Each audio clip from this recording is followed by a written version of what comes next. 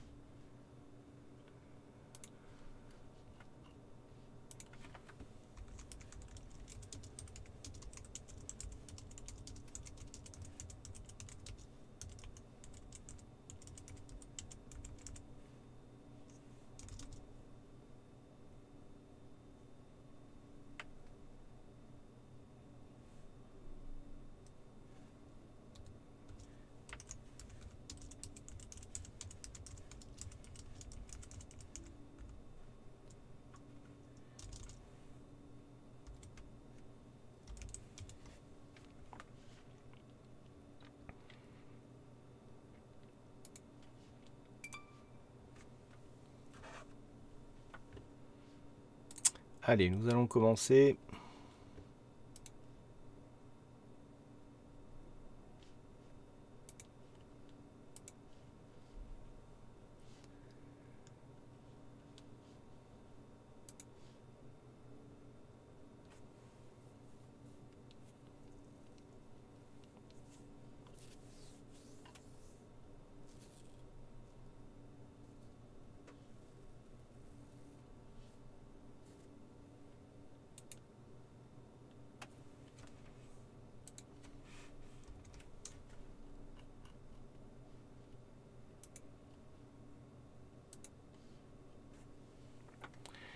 Allez, c'est parti. Bonjour à tous donc.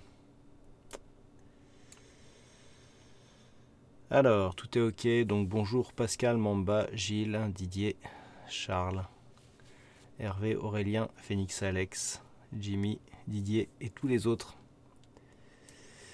Alors, je regarde s'il y a des questions. Donc bonjour, bonjour, bonjour.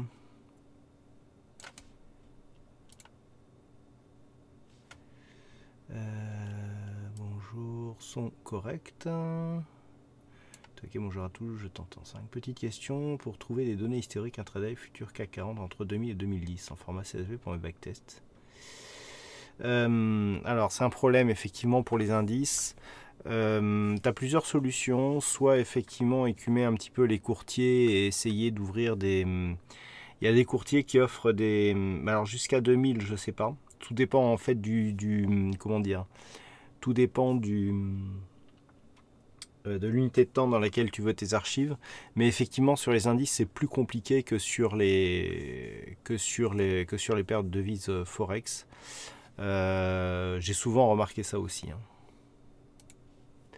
Donc effectivement, c'est pas forcément, c'est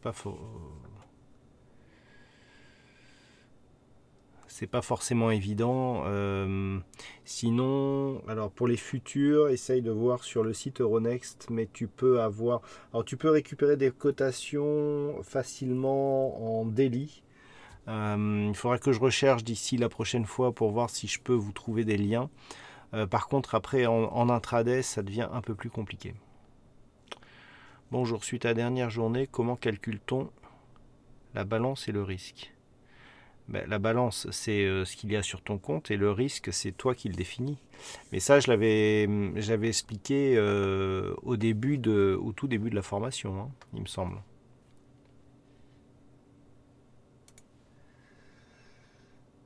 Alors, j'espère que vous me voyez correctement parce que YouTube me dit que la vidéo n'est pas exceptionnelle. Mon encodeur me dit que tout est bon, donc je ne sais pas qui croire. Voilà. Allez, donc cinquième partie. Donc n'hésitez pas à poser des questions sur le money management, effectivement, que l'on a vu la fois précédente. Je sais que c'est des formations, c'est des cours qui sont assez denses. Là, vous allez voir, ça va être un peu plus aéré, puisqu'on va maintenant voir comment se composent les différents codes. Donc là, les prochaines formations, on aura, là donc aujourd'hui, on va voir comment coder, enfin, comment coder, oui, on saura comment coder des indicateurs simples sur cette phase. Donc on saura comment coder, comment reconnaître aussi des codes, comment ajouter certaines fonctions, et on verra notamment comment paramétrer des alertes sur des indicateurs relativement simples. Et je vous montrerai en même temps comment régler les différents types d'alertes.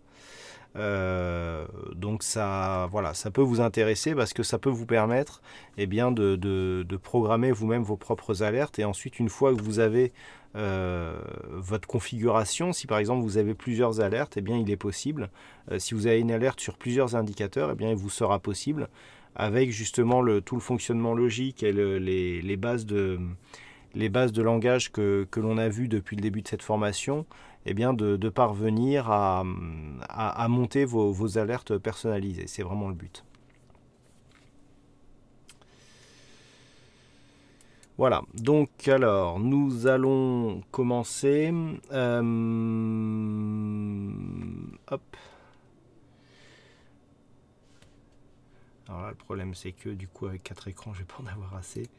Allez, on va se débrouiller. C'est pas grave. Allez, donc petit rappel, hein, ce document fait partie d'une formation globale dispensée en ligne sur le thème du trading algorithmique. Pour ceux qui ne sont pas inscrits, donc vous pouvez participer à l'intégralité de cette formation. Mais pour voir les replays, vous devrez vous connecter sur l'espace de connexion, sur l'espace de formation, pardon, donc mis en place par ActiveTrade.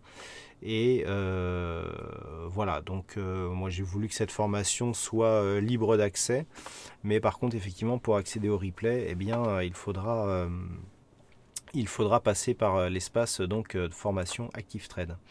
Alors on va tout de suite commencer et rentrer dans le vif du sujet. Donc les indicateurs, qu'est-ce que ça évoque pour vous, sachant que maintenant qu'on a vu un petit peu comment s'articuler des codes, comment on va différencier un indicateur par exemple en termes de code d'un expert advisor. Alors je vous écoute, essayez, là maintenant je vais vous demander de participer un peu plus et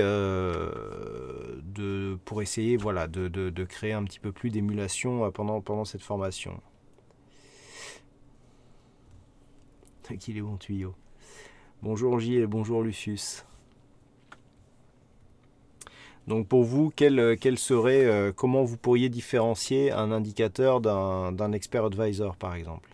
Un indicateur, c'est tout simplement un algorithme, hein, parce qu'on est dans la présence de codes qui sont assez similaires, mais c'est tout simplement un algorithme qui ne génère aucune position, aucune prise de position, et surtout qui va donner des informations qui seront essentiellement visuelles. Mais pas que, hein, on va voir que pour des indicateurs, on peut avoir des informations qui arrivent sous forme sonore, visuelle, ou même on pourra même déclencher des messages. Une donne des infos, l'autre permet de passer des ordres. Alors en fait, on verra qu'un expert advisor peut aussi nous permettre de donner des informations. Tout simplement parce qu'on a en fait, en fonction de si on développe un indicateur ou un expert advisor, en fait les fonctions disponibles ne sont pas toujours les mêmes. Et des fois, pour développer certains types d'indicateurs, on va se rendre compte qu'on va être obligé de développer sous la forme d'un expert advisor, mais qui pourra faire apparaître certaines fonctions à l'écran. Hein, voilà, donc ça peut être différent. On va voir que l'essentiel des différences se situe surtout dans le code. Donc en fait, il fonctionne comme tous les autres algorithmes, hein. C'est-à-dire un algorithme, comme je vous l'ai dit, c'est donc une suite de code qui est lue par le système, et en gros, à chaque tick de cotation donc, que l'on voit sur un graphique, chaque tick va déclencher une lecture de l'intégralité du code. Donc en fait, c'est vraiment ce qu'on appelle une boucle, hein. C'est-à-dire que quand on a un tick, eh ben, le tick dit c'est parti et hop, on lit le code. Et ensuite, on revient au début et on attend le prochain tick. Donc c'est pour ça qu'on appelle ça une boucle. Hein, c'est que tout simplement, chaque tick va générer une lecture du code. Alors, avant de vous montrer donc le code, ce qu'il faut savoir, première chose, donc la structure d'un indicateur, elle va se présenter en 3 parties. On va avoir une première partie que l'on va expliquer, qui consiste à déclarer et définir des variables. C'est-à-dire que pour créer un indicateur, il va falloir donc vous rappeler hein, les variables int, double, string, etc. Eh bien, on va déclarer les variables que l'on va utiliser pour faire fonctionner cet indicateur. Donc, une fois qu'on aura déclaré toutes nos variables, on va faire notre calcul, donc le calcul de nos données, pour définir les valeurs finales que l'on va vouloir afficher à l'écran. Donc ça peut être des couleurs, ça peut être des courbes, ça peut être des histogrammes, ça peut être plein de choses. On va voir tout ça. Et ensuite, une fois qu'on aura fait ces calculs, eh bien, il y a ce que l'on appelle la restitution des résultats. C'est-à-dire une fois que l'on a nos valeurs, une fois que l'on a fait nos calculs, qu'on a bien les valeurs que l'on veut donner, eh bien, on va afficher, en fait, restitution des résultats, c'est afficher les valeurs à l'écran ou alors définir par exemple, des alertes sonores, visuelles, etc. Et ça sera vraiment la manière dont on voudra lire ces indications. Donc, par rapport à ça, on va commencer donc avec la lecture du code. Dans la déclaration des variables, ce que l'on va voir, donc là c'est un petit peu le sommaire, ce sont les propriétés, d'accord, le format et ensuite les réglages. Alors, ce que je vous propose, c'est que l'on commence à regarder un code. Donc là, je vais vous montrer un indicateur qui est dans la boutique, qui s'appelle le CCI Alert. Donc c'est un code que j'ai adapté donc sur un indicateur déjà présent dans la bibliothèque MQL et que j'ai adapté. Alors déjà, est-ce que tout le monde voit correctement le code qui est affiché à l'écran?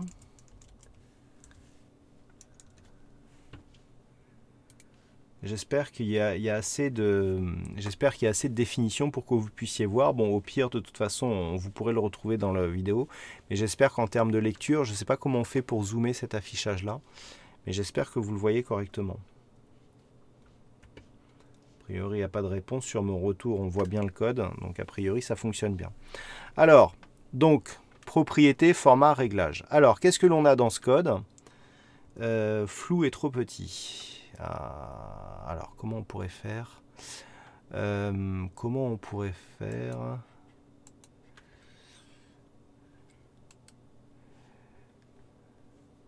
Là, ça va un peu mieux peut-être. Ok, on va essayer de le faire comme ça. Donc là, j'ai un peu grossi le code. J'espère que vous le voyez un peu mieux.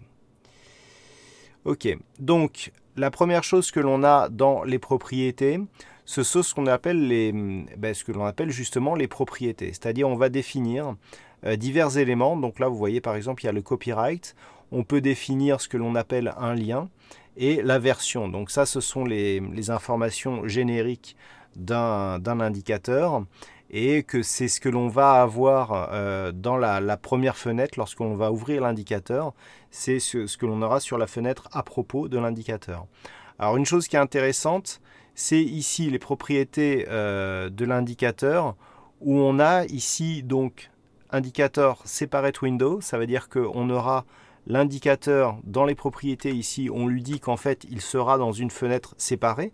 Alors c'est ce que l'on a par exemple pour les types oscillateurs, à l'inverse d'une bande de Bollinger par exemple qui elle va être affichée sur la même fenêtre que les prix. Donc là en fait le fait que l'on indique ici dans les propriétés que l'on est dans des fenêtres séparées, eh bien ça indique que le MT4 va ouvrir une nouvelle fenêtre pour afficher donc cet indicateur. Alors indicateur buffer, c'est intéressant aussi, c'est le nombre et plot, ce sont le nombre de composantes que vont avoir l'indicateur. Ça ne nous empêche pas d'avoir d'autres calculs. On peut avoir des calculs de valeurs intermédiaires. Mais là, le fait d'avoir ici trois indications sur cet indicateur, vous voyez, ça se déclare. Par exemple, sur un RSI, on en aura 3 aussi. Par contre, sur un MACD, on en aura, on en aura 3 aussi. Sur le Ishimoku, par exemple, on en aura beaucoup plus. Et là, en fait, par exemple, sur cet indicateur, donc là, c'est un CCI alerte. Le CCI, on va avoir tout simplement, l'indication de CCI. On le voit là, hein, le CCI. Et on a les indications de surachat et survente. Donc, en fait, on est sur des... Là, vous voyez, on déclare tout. Et donc, dans ces déclarations, toujours dans les propriétés, on va commencer par donner les noms.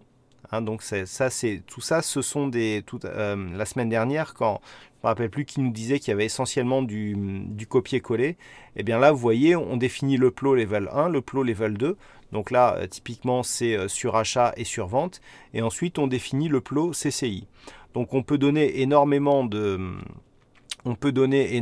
d'informations. Là, par exemple, on peut donner la manière dont ils sont écrits. Donc ça, je vous les montrerai tout à l'heure. On peut définir la couleur par défaut et le style de la ligne. Et ensuite, la largeur de la ligne. Et vous voyez que là, on a label 1, type 1, color 1, etc. Et donc, à chaque fois, pour chaque indicateur, on va comme ça définir des paramètres. Alors, je vais revenir sur la vue par défaut et on va aller sur l'aide. Alors, par exemple, ici, pour... hop. Alors, attendez, parce que là, je voulais vous montrer les différents types de... Voilà. Donc là, les différents types d'écriture que l'on peut avoir. Si vous voyez, par exemple, un indicateur, on a ici ce que l'on appelle la ligne. D'accord ? On peut définir des sections. Là, on a la fonction histogramme. Donc, dans la valeur que l'on a ici de fenêtre, par exemple, ici, on a par exemple la draw line. Si on veut que ce soit un histogramme, eh bien, on dessinera ici, on mettra draw histogramme. Hein. C'est-à-dire que là, en fonction du format que l'on va vouloir donner, eh bien, on reprendra ici ces informations. Vous voyez qu'on peut dessiner aussi des flèches. Hein. Arrow, c'est une flèche. Ensuite, on peut dessiner zigzag. Et draw none, ça veut dire que ça peut être un plot, ça peut être une indication que l'on ne fait pas apparaître à l'écran. Ou alors, dans certaines conditions, on veut demander, par exemple, à ce que l'indicateur n'apparaisse pas. Hein, si, par exemple, il y a une valeur nulle ou une valeur hors zone, et bien dans ce cas-là, on peut demander à l'indicateur de s'effacer. D'accord? Donc, on mettra draw none. Et ensuite, dans les différentes lignes, eh bien, on a alors, tout est en anglais. On a différentes possibilités ici au niveau de la ligne. C'est-à-dire solide, c'est la ligne pleine. Ensuite, dash, c'est ce que l'on appelle le pointillé. Ensuite, style dot, c'est ce qu'on appelle une succession de points. Donc, ce sont des points qui vont se succéder. Dash dot, c'est tout simplement une alternance entre les pointillés et les points. Et ensuite, dash dot dot, c'est un format spécial où on a un pointillé et deux points. Vous voyez, c'est marqué là. Hein. Dash et double point. D'accord? Donc ça, quand on veut créer des indicateurs, ce sont, vous voyez, dans la fonction ici setIndexStyle, eh bien, que l'on va retrouver ici ces fonctions. Donc ça, comment vous faites pour le retrouver? C'est tout simple, hein, parce que le but c'est que quand vous aurez fini cette formation, eh bien, vous puissiez les retrouver vous-même. Regardez, comme par exemple ici, vous voulez savoir comment retrouver le type. Normalement ici, vous cliquez et vous appuyez sur F1 et vous retrouvez ici tous vos types. D'accord? Toutes les propriétés. Ici, vous voyez, là, j'ai cliqué, en même temps que je cliquais, j'ai appuyé sur F1, et l'aide ici de MQL4 s'est ouverte toute seule sur les termes demandés. Si maintenant, ici, je ne me rappelle plus, et je sais que, alors je ne me rappelle plus que de drawLine, mais je ne me rappelle plus des autres fonctions que je peux avoir, je clique ici et j'appuie sur drawLine, et il me met directement ici sur la fonction, d'accord? Et là, je vois exactement quels sont les autres types d'écriture que je peux mettre pour justement le format de ces indicateurs. Ok? Ensuite, on a bon, la couleur par défaut. Donc, style dot, c'est ce que l'on avait tout à l'heure. C'est le style des lignes. Et ensuite, alors, indicateur width, alors, c'est la largeur. C'est ce que l'on retrouve ici. Donc, lorsque l'on est ici, alors, on va importer le IK CCI alert. Voilà. Au moins, vous allez tout de suite voir. Donc, ce que l'on a dans les propriétés, c'est ici. Vous voyez, on a IKCCI Alert 1.0 avec ici le copyright, donc avec un lien vers le site internet boursicoté.com qui apparaît ici en infobulle. Et donc, dans Général, donc ça, c'est ce que l'on a sur tous les indicateurs. Et donc là, dans les paramètres d'entrée, vous voyez, et notamment dans les couleurs, là, c'est ce que l'on va retrouver. Vous voyez, on a ici de la ligne ici pointillée. On retrouve ici donc le dash, ici, donc c'est le pointillé. Là, c'est le dot. Là, c'est le dash dot. Et là, c'est le dash dot dot. Ok, là, on voit bien la différence. Alors, attendez, je vais essayer de vous les grossir. Voilà. Donc là, ici, on voit la ligne solide, donc ligne continue. Ici, la ligne pointillée. Non, pardon, ici, la ligne en tiret. La ligne en point, donc le pointillé, donc le dot. Donc là, c'est dash, là, c'est dot. Là, c'est dash dot. C'est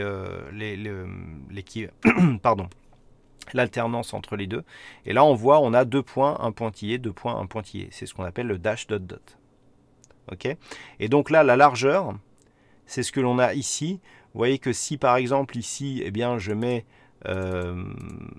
une largeur 5, eh bien, sur mon indicateur, alors, parce que là je suis en zoom, voilà, vous voyez ici la valeur ici que l'on a là, donc qui est la valeur inférieure, du coup elle est beaucoup plus large. Alors pour retrouver les propriétés d'un indicateur, je rappelle, on fait un clic droit, propriété, et ici la fenêtre de propriété s'ouvre. Ici donc si je sélectionne et que je remets 1, d'accord, je clique sur OK, et là quand je reviens, vous voyez que la ligne, qui est donc en pointillé, ici se remise en normal. Alors après j'ai dû mettre un 0 ou je ne sais pas quoi, mais ça c'est dans les niveaux. Non, on les a pas pour l'instant. Bon, il y a peut-être un 0 line. Ah oui, bah oui, c'est parce qu'on voit pas la... Voilà, ok. J'ai compris. Donc là, on a ici toutes les informations. D'accord? Ensuite, ce que l'on a dans ce code, donc là, on va définir chaque plot. D'accord? Les plots, c'est ce que l'on va visualiser. Pardon. Et donc chaque plot est relié à un buffer. On a ici différents réglages. C'est-à-dire que là, en fait, on va définir les valeurs qui vont être utilisées pour définir donc les calculs de l'indicateur. D'accord? On le voit bien ici. Hop, pardon. Voilà, je m'y perds un peu avec ma souris. Voilà, on voit donc ici le réglage de la CCI période. Alors ça, c'est un réglage que je vous montrerai en termes de codage. C'est très utile. On a l'indicateur level 1, on a l'indicateur level 2 et on a ça ici 0 line. Donc je ne sais pas si vous vous rappelez, mais quand on a ici input int, donc pour dire valeur entière, 0 line et sans valeur, ça veut dire qu'elle est égale à 0. Et ensuite, il faut que l'on définisse nos buffers. Donc les buffers, c'est ce que l'on va présenter en termes d'indicateurs une fois qu'on aura la fonction return.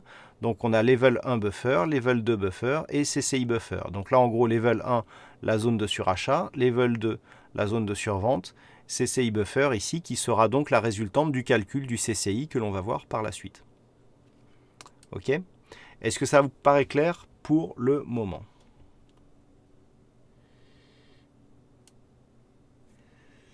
Alors, outils options police. Ah, outils options police.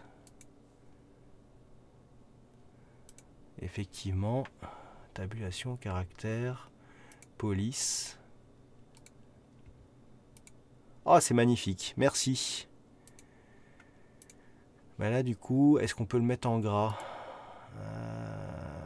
Non, a priori non, général.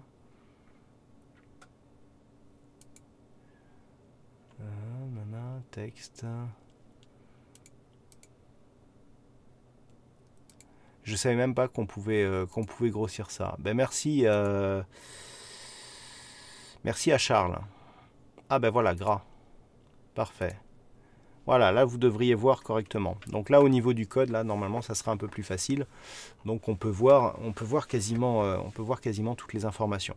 Est-ce qu'il y a des questions là-dessus, sur cette partie-là? J'ai rien compris que ça. On peut aussi enregistrer ses modifs perso, mais moi il veut pas. Ah. Ouais, c'est mieux là comme ça. Hein. Alors est-ce qu'il y a des questions là-dessus? Alors, la différence entre les plots et les buffers, pour moi c'est un peu pareil. Hein.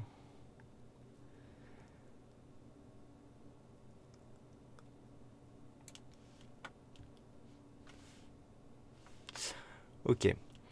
Donc ensuite on va définir ce que l'on appelle, donc là en fait dans les inputs, ok, on a toutes les valeurs qui sont définies dans l'indicateur. Hein. Rappelez-vous, si je vous remets ici la plateforme, et que l'on ouvre, alors je sais pas si au niveau, alors attendez, affichage, ouais on n'a pas la même chose là, bon c'est pas grave, lorsqu'ici on a l'indicateur, on retrouve ici les valeurs, hein, c'est-à-dire 14, moins 90, 90, alors là il y a le price method, je vais y revenir dessus. Je sais pas si dans l'affichage on peut avoir des polices différentes sur la plateforme MetaTrader. Après, ça risque d'être compliqué. Non, non, je vois rien qui ressemble à ça. Bon, c'est pas grave. Peut-être dans outils. Non. Non, ok. Alors, rappelez-vous. Oh, c'est pénible.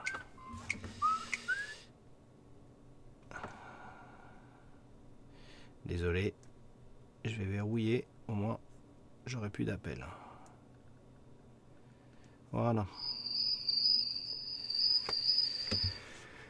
Alors, au niveau donc de cette fonction, ici, il y a une fonction spéciale que je vais vous détailler. Donc là, c'est pareil, hein, quand on veut avoir une information ici, on clique et on appuie sur F1 sur le clavier. Voilà. Et là, en fait, on peut avoir... Alors, pourquoi il m'a pas mis... Oui, voilà. Là, on a, vous voyez, la fonction enum. Alors, dans enum, en fait, on a, c'est une manière, c'est un petit peu le raccourci pour énumérer. Et en fait, quand on écrit cette fonction d'une certaine manière, ça permet ici, dans l'indicateur, donc vous voyez là, ici, on a la fonction enum applit price method, et on lui donne une valeur 0.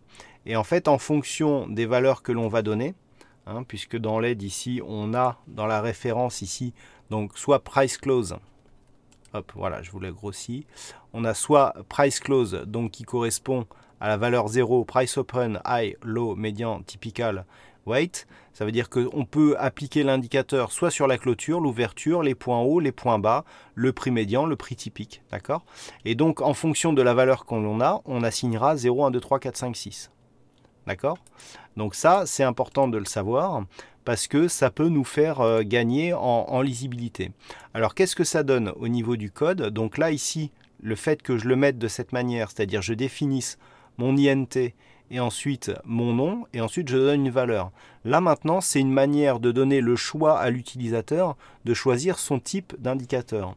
Donc, si je reviens ici sur la plateforme et que j'appuie ici sur propriété, eh bien, tout simplement, le fait d'avoir ici, vous voyez, price method, quand je vais cliquer ici et quand je vais double-cliquer, je vais avoir un ascenseur qui va apparaître et je vais pouvoir choisir directement ici dans les choix affichés, d'accord, pour avoir mon indicateur en fonction du prix de clôture, d'ouverture, point haut, point bas, prix médian, etc., etc.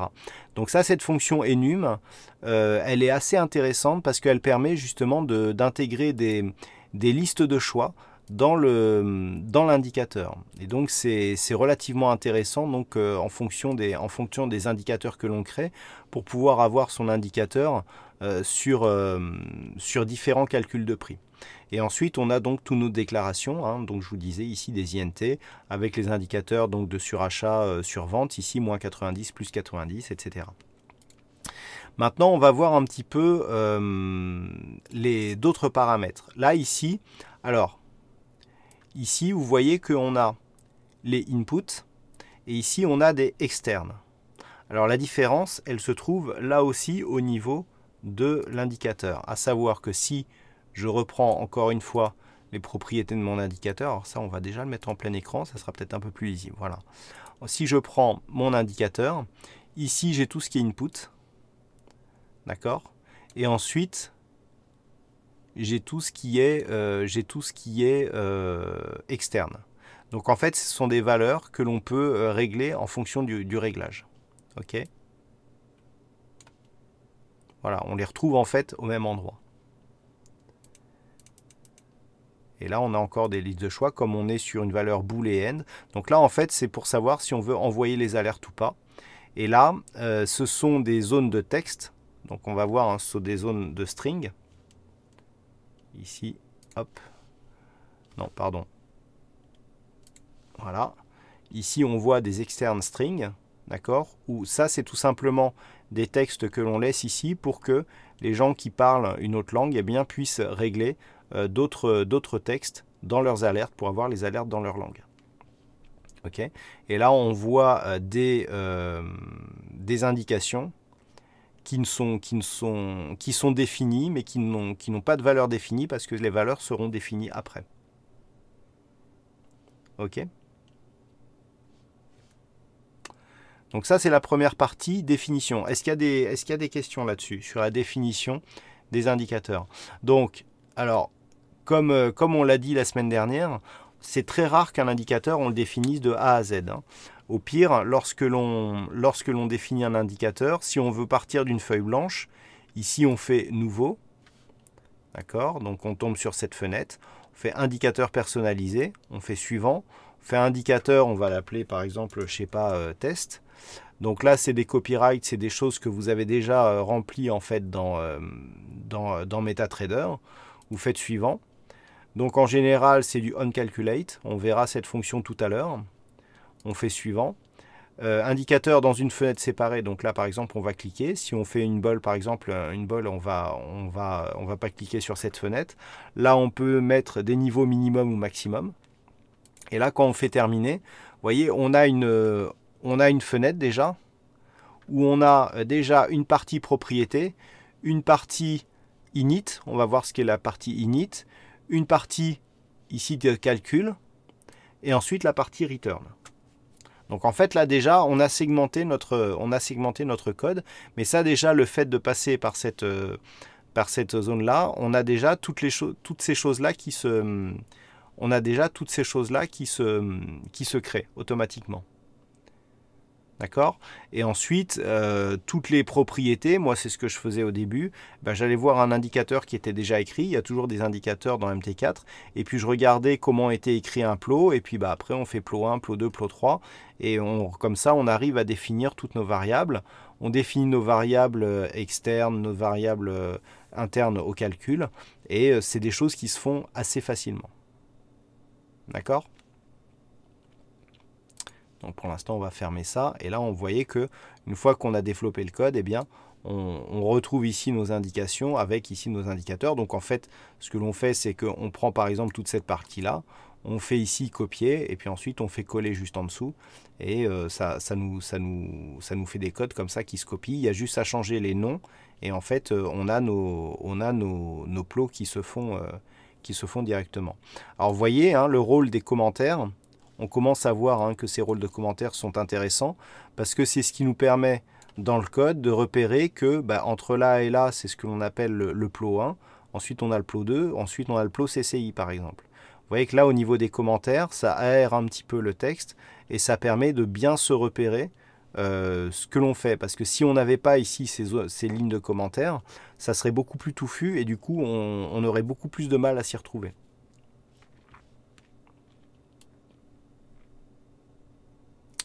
D'accord? Ok, donc maintenant je vais vous montrer la suite. Alors je ne vais pas rentrer dans le calcul même du CCI. D'accord, je vais vous expliquer grossièrement, les diverses fonctions, et ensuite je vous montrerai surtout ce qui est intéressant, là ce qui va vous permettre déjà de programmer vos propres indicateurs à vous, et bien de comment sont paramétrées des alertes. Donc dans la fonction, alors ce que l'on a ici c'est la fonction init. Alors la fonction init, pour vous souvenir exactement à quoi elle sert, init comme initialisation, il faut vous dire que c'est une zone, donc tout ce qui est ici entre onInit et ici return init succeeded, ça veut dire tout simplement ça, c'est pour dire bon ben ok, tout ce qui était dans le init ici a été lu correctement, et donc tout ce qui est dans cette zone là ne sera lu qu'une fois. C'est-à-dire qu'à partir du moment où on va installer le code, où on va changer l'unité de temps, où on va par exemple activer, ah non ça c'est pour les experts, où on va changer de compte, et bien à chaque fois, donc la première fois, toutes ces informations vont être lues, mais à partir du moment où on aura lu l'intégralité du code une fois, on ne relira ici qu'à partir de onCalculate. D'accord? C'est-à-dire toute la fonction init, elle n'est lue qu'une seule fois à la mise en place du graphe, ou changement d'unité de temps, etc., etc. Mais cette fonction-là, on ne la lit qu'une fois. Idem pour tout ce qui est ici. Tout ce qui est ici n'est lu qu'une seule fois dans le code. D'accord? Après, on commencera, chaque nouveau tick, on commencera ici à calculate.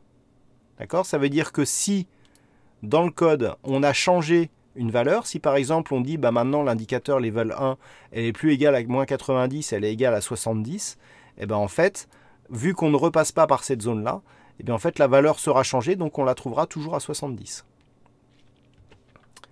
Ok? Alors, donc la fonction init, là on définit, alors cet index buffer, voilà, on définit le format en fait des indicateurs. D'accord? C'est là que l'on déclare en fait le format des indicateurs. Bon, ça en général sont des lignes qui sont toutes faites. Hop, pardon. Voilà. Pourquoi il m'a tout bougé? Ok. Et ensuite, la bar count égale bar. Alors ça, c'est une fonction que j'utilise. Alors, pourquoi je la mets là? Parce qu'en fait, au début de la lecture du code, je mets ici une fonction qui me dit, bah, à l'initialisation, j'initie une valeur donc, que j'appelle bar count, c'est-à-dire compte. En fait, c'est le compte des barres, c'est ce qui va compter les bougies, et je lui donne la valeur de la bougie actuelle. D'accord? On verra pourquoi par la suite.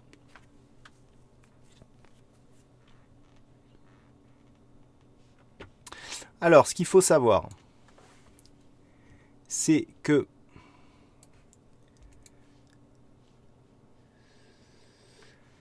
ce onCalculate, on l'a ici, c'est en général ce que l'on retrouve dans l'intégralité des indicateurs que l'on a. Ça honnêtement moi c'est pas quelque chose que je maîtrise énormément. Moi je m'occupe plus de la partie inférieure du code. Ça ce sont des choses toutes faites. Alors certains programmeurs un peu plus aguerris que moi vont bricoler là dedans. Moi je vous avoue que c'est quelque chose ça que je ne m'occupe pas trop pour l'instant, tout simplement parce que c'est comme je vous l'ai dit, hein, je suis pas programmeur de métier, et bon moi, en général, je travaille sur des indicateurs qui sont déjà préécrits ou préconstruits. D'accord? Donc, toutes ces choses-là, en général, moi, je les laisse telles quelles sur les indicateurs que je crée actuellement. Ce qu'il faut savoir, c'est qu'au niveau des bougies, lorsque l'on définit la bougie 0, eh bien, c'est la bougie actuelle. La bougie 1 sera la bougie d'avant. La bougie 2 sera la bougie encore avant, etc. etc. C'est-à-dire plus on va reculer sur le graphe, d'accord? Là, ici, on a la bougie 0. D'accord? Là, on a la bougie 1. D'accord? Bougie 1, bougie 2, bougie 3, bougie 4, bougie 5, bougie 6, etc. D'accord?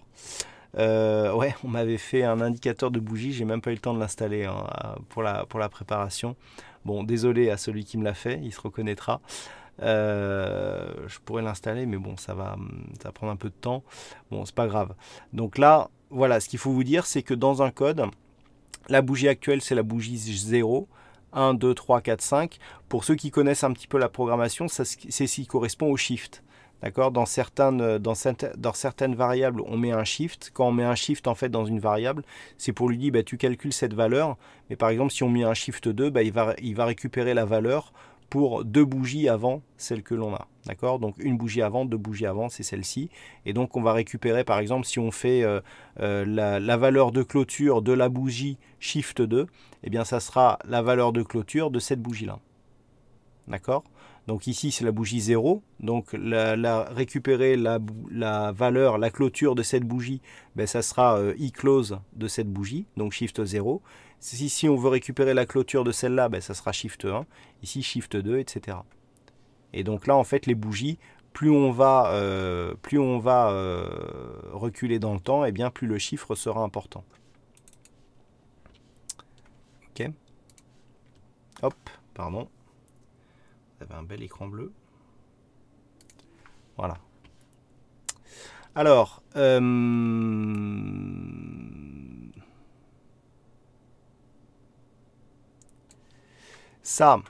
cette fonction-là, elle est intéressante, par exemple, pour calculer, pour ne pas avoir à recalculer toutes les valeurs. C'est-à-dire que là, alors je pourrais pas, je vais pas vous réexpliquer toute la boucle, mais ça, cette fonction-là, on la retrouve dans, donc on voit ici qu'on a des conditions, et donc cette fonction-là, elle vous permet, par exemple, de ne pas recalculer toutes les valeurs à chaque fois. C'est-à-dire que là, ici, lorsque l'on a le graphe, eh bien en fait, toutes ces valeurs-là, elles ne vont pas bouger. D'accord? Donc on va les laisser là où elles sont. On ne va pas les recalculer à chaque fois. On va les recalculer juste quand on va, par exemple, changer d'unité de temps. Voilà, donc là on a recalculé tous les indicateurs. Donc là on recalcule tout. Mais par contre, ici, à chaque fois qu'on a un nouveau tick, on ne va recalculer ici que la valeur qui correspond à la bougie qui est en train de s'inscrire actuellement. D'accord? Donc là on est sur la bougie rouge là, qui est en train de s'inscrire. Et ben là on ne va calculer que cette valeur. Ça ne sert à rien de recalculer toutes les autres, car si on n'est pas sur un indicateur qui repeint, eh bien on n'a pas besoin de recalculer. Donc c'est aussi comme ça que l'on reconnaît si l'indicateur repeint ou pas. Si on voit qu'un indicateur, on recalcule toutes les valeurs de tout le graphe à chaque tick, alors déjà ça va prendre énormément de ressources sur le PC, et ça permet de faire varier les valeurs, alors que la bougie, elle n'a pas bougé, hein, parce que la bougie, elle, une fois qu'elle est terminée, elle bouge plus. Et donc il y a certains indicateurs où en fait, notamment le plus connu c'est le zigzag, et ben en fait tant que ça par exemple c'est le plus haut, et ben il vous donne un point de retournement comme ça. Et puis si par exemple on a un nouveau plus haut ici qui s'inscrit, clac, sur la bougie là en temps réel, et bien en fait on voit le truc, au lieu qu'il soit comme ça, et ben hop il change et puis il se remet comme ça. Et en fait là il y a une redescente, et si ça remonte juste derrière, alors si c'est un point bas au début vous allez avoir si c'est un point haut, et bien vous allez avoir l'angle, et puis si ici on fait comme ça, et puis que l'on repart, ben en fait tant qu'on sera dans cette partie là, on aura l'angle, mais dès que par contre ça va être dépassé, ici l'angle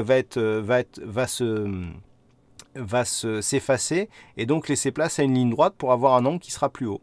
Donc en fait on a l'impression qu'on a un indicateur qui nous donne en temps réel les points hauts et points bas, sauf qu'en fait il vous les donne en temps réel mais avec une dizaine de bougies passées quoi. Donc en fait c'est un petit peu un leurre, hein. Donc faites très attention, il y a d'autres indicateurs très connus qui repeignent, même certains indicateurs qui sont commercialisés. Donc faites attention à ça, parce que c'est souvent un piège, ça, hein, ce genre de choses.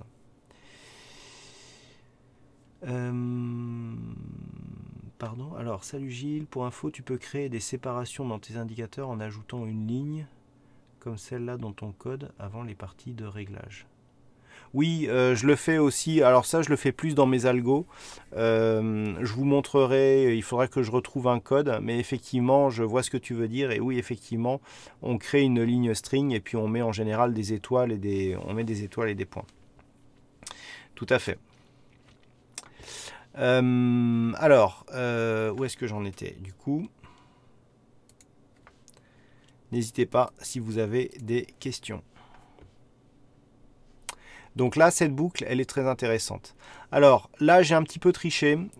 Comme je me doutais que le cours serait un peu compliqué, là, je récupère directement dans mon buffer, ici, la valeur du CCI, mais calculée avec... Alors, c'est pas pur, hein, c'est-à-dire que là, honnêtement, pour voir ici les indicateurs, s'il fallait qu'on calcule un indicateur globalement, je vous le montrerai tout à l'heure avec le MACD, parce que le MACD, je l'ai recodé, ben, on l'a ici. Là, vous voyez, on a beaucoup plus de calculs. Hein. D'accord ? Il a fallu que je crée, beaucoup plus de valeurs. Et ensuite, là, il y a tout le calcul ici vous voyez, avec les moyennes mobiles et à quoi est égal l'histogramme, à quoi est égal la ligne de signal en fonction des comment dire, en fonction des configurations, etc.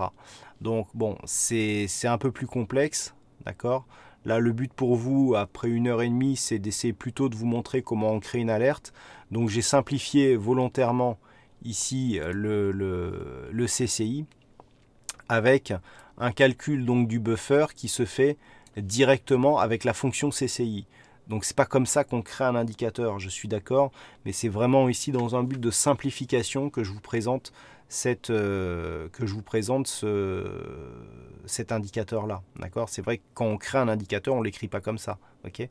Là, on a créé le CCI parce que le CCI est déjà compris. Vous voyez, là, si je clique et que j'appuie sur F1, eh ben, j'arrive sur le paramétrage du CCI. Donc le CCI ça s'appelle ICCI. Et ici, là, vous avez, si vous zoomez comme ça, eh bien, vous avez le CCI, comment il s'écrit. Et là, on voit que dans cette zone-là, eh bien, vous avez la nomenclature en fait de l'indicateur. Okay ? Donc là, le but, c'était pas de vous apprendre à écrire un indicateur de A à Z, parce qu'il faudrait que ce soit beaucoup plus long. En plus, honnêtement, même moi, je suis pas super à l'aise pour écrire des indicateurs. Donc le but, c'est vraiment de vous montrer, pour que vous sachiez retrouver dans l'indicateur comment retrouver les valeurs qui vous intéressent, pour créer effectivement des alertes, et pouvoir éventuellement customiser certains indicateurs. Donc là, j'ai volontairement pris comme CCI buffer. Donc CCI buffer, hein, c'est bien la valeur que l'on a déclarée là-haut. D'accord ? Donc en fait, quand on crée un buffer avec des crochets comme ça, crochets, hein, c'est pour dire que donc, ce sont des valeurs que l'on va, qui vont définir l'indicateur. Et donc ici, le CCI buffer, eh bien, c'est tout simplement, voilà, il est là. CCI buffer, c'est tout simplement donc la fonction ICCI. Donc nul, c'est histoire de dire qu'on est sur le symbole actuel. Ici 0, c'est le time frame actuel. CCI période, c'est ce que l'on a défini au-dessus. Price method, vous vous rappelez, c'est la fonction enum. Et pause, eh bien, c'est tout simplement en fonction de pause, donc le chiffre que l'on a ici en crochet. On met ici le shift. Et en fait, pause moins moins, hein, c'est la fonction qui va aller chercher le CCI. Donc en fait, on va calculer le nombre de barres totales dans le graphe. C'est-à-dire on va partir de la fin. Et puis s'il y a 200 graphes, eh bien ici pause va être égal à 200. Et puis à chaque fois, donc, on va calculer le CCI. À chaque fois qu'on aura calculé le CCI de la barre 200, eh bien on viendra enlever 1 ici à pause. Et on viendra calculer le CCI 299, puis 198, etc. Donc ça va très vite. Et une fois que tout le CCI sera calculé, eh bien on ne calculera que la dernière barre. D'accord ?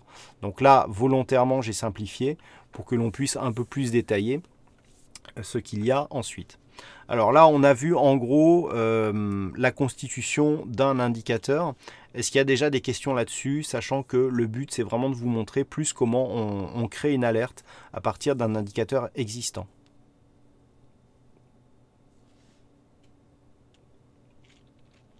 Je vous laisse poser des questions s'il y en a.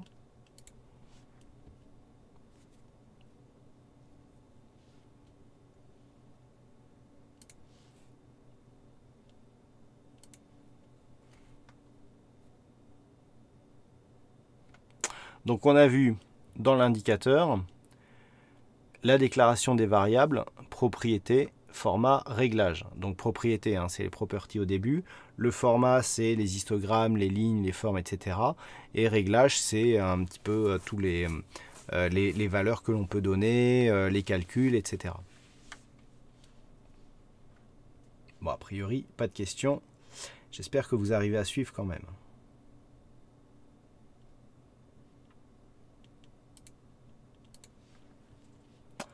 Alors maintenant, avant de voir comment s'écrit une alerte, on va voir un petit peu comment se structure une alerte. Alors, sur une alerte, c'est un petit peu comme l'indicateur. On a déjà le paramétrage, d'accord? C'est-à-dire, selon quelles conditions on va envoyer une alerte. Donc, on va définir, en fonction des valeurs que l'on a sur l'indicateur, qu'est-ce qu'on va alerter. Donc paramétrage, ça peut être par exemple si l'indicateur dépasse une valeur, ou alors si il y a un croisement, ou si on a une valeur spécifique. Enfin voilà, c'est ça que l'on va définir. Ensuite, il y a le canal de diffusion. Le canal de diffusion, on va définir 3 alertes principales.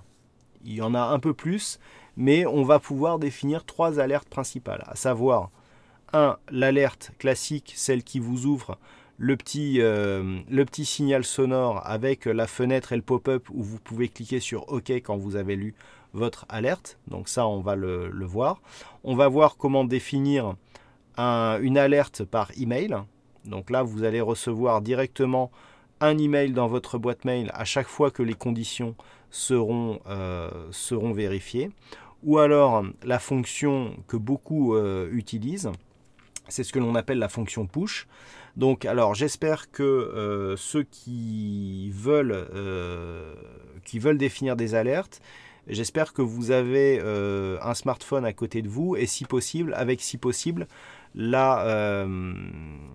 l'application MT4 installée sur votre smartphone. À la limite, le temps qu'on déroule cette fonction, vous avez le temps de l'installer. Elle s'installe très rapidement et je vais vous montrer comment relier la fonction push à votre plateforme.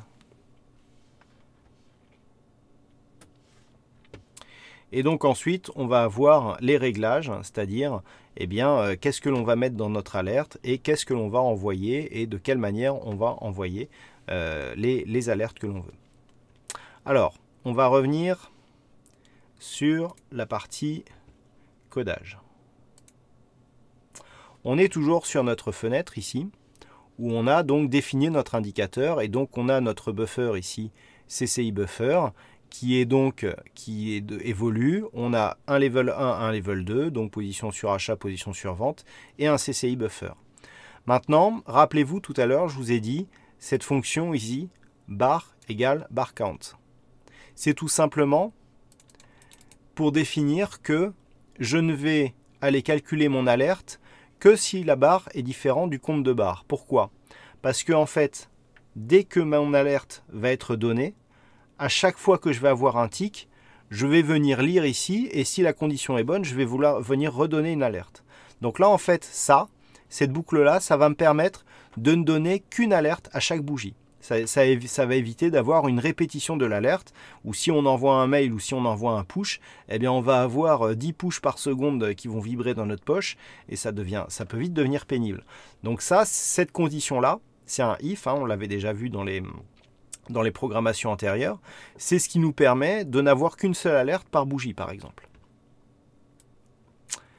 Alors, cette déclaration-là, c'est tout simplement une manière pour structurer le texte.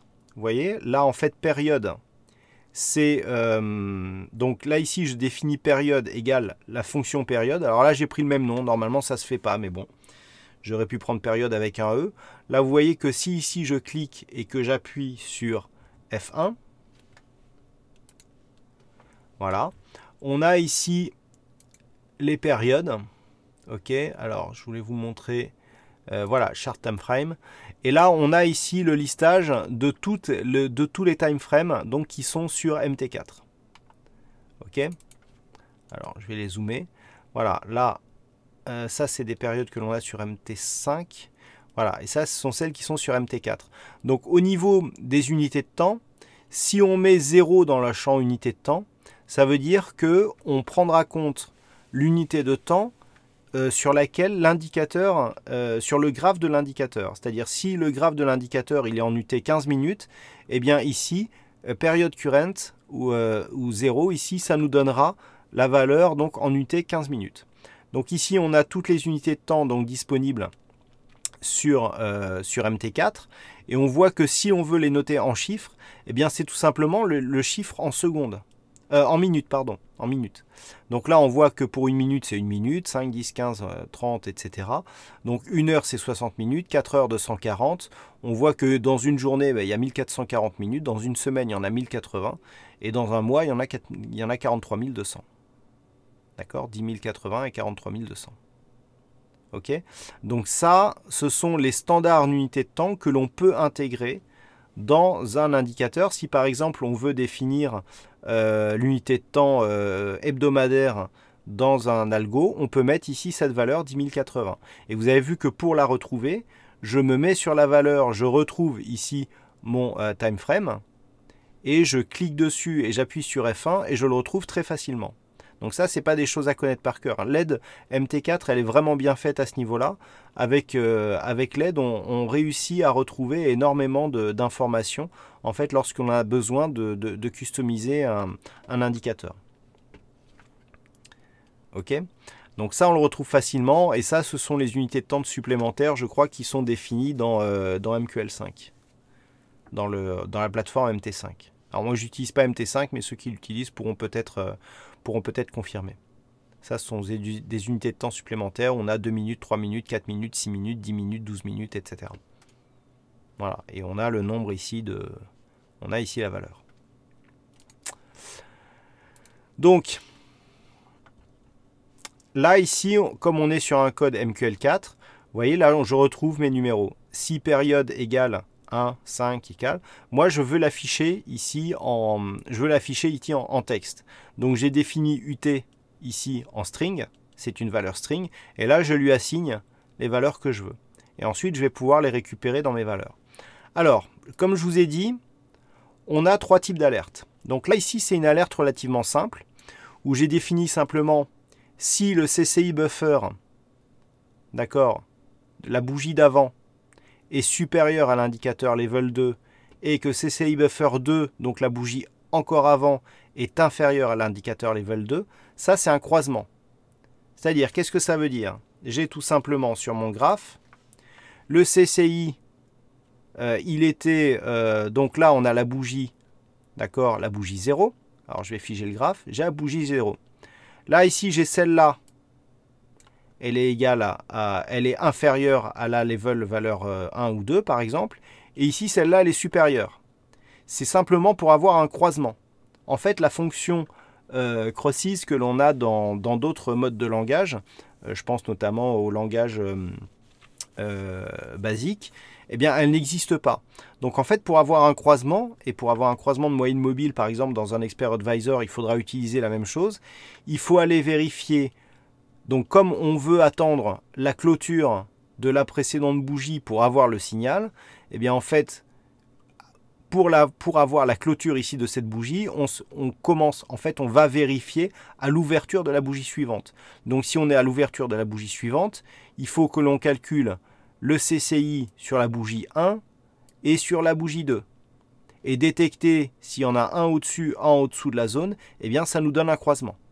Là, on a de la chance, on a le croisement tout de suite.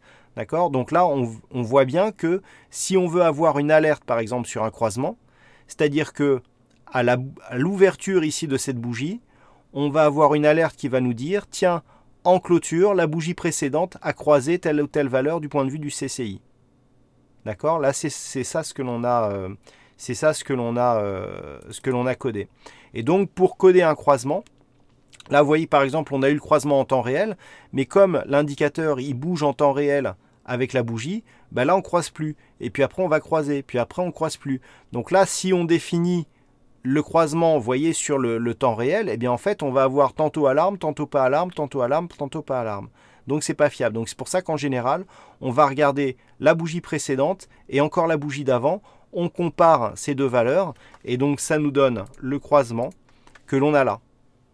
D'accord? C'est tout simplement cette fonction-là. Et c'est pour ça qu'en fait, on va chercher ici Donc CCI buffer 1, CCI buffer 2. Et là, on est soit supérieur à l'indicateur 2 et inférieur à l'indicateur 2. Donc là, en fait, c'est un croisement. Donc il est supérieur, il sort de supérieur. Donc là, en fait, c'est une sortie de surachat. Ok. Et donc, rappelez-vous, donc double CCI égale, d'accord, c'est la valeur qu'on a là. Rappelez-vous ici les accolades, ça aussi c'est une chose qui est intéressante. Quand je me mets ici sur la première accolade, après ici la fonction, et bien en fait le système me surligne ici la première accolade et me surligne l'accolade de fin. Ce qui veut dire que si cette valeur de boucle ici est vraie, et bien en fait on va exécuter tout ce qu'il y a entre les deux accolades. Donc on va exécuter ici ces 4 lignes, jusqu'à l'accolade qui est ici. Et là on retrouve bar count égale bar, c'est-à-dire que je ne vais vérifier toute cette fonction de test que si le compte de barres est différent des barres. Et une fois que j'ai déclenché mes alertes, je dis bar count égale bar. Au moins, lorsque le code va revenir, même si la condition est bonne, eh bien, je ne vais plus resimuler mon alerte. OK? Et donc là, on a nos 3 alertes qui sont paramétrées. Donc j'ai pris un code simple exprès pour qu'on puisse définir ça. Et là, vous voyez, on a nos 3 alertes. Donc, la fonction sendAlert. Je vais cliquer et je vais appuyer sur F1. Pourquoi il ne me le met pas directement?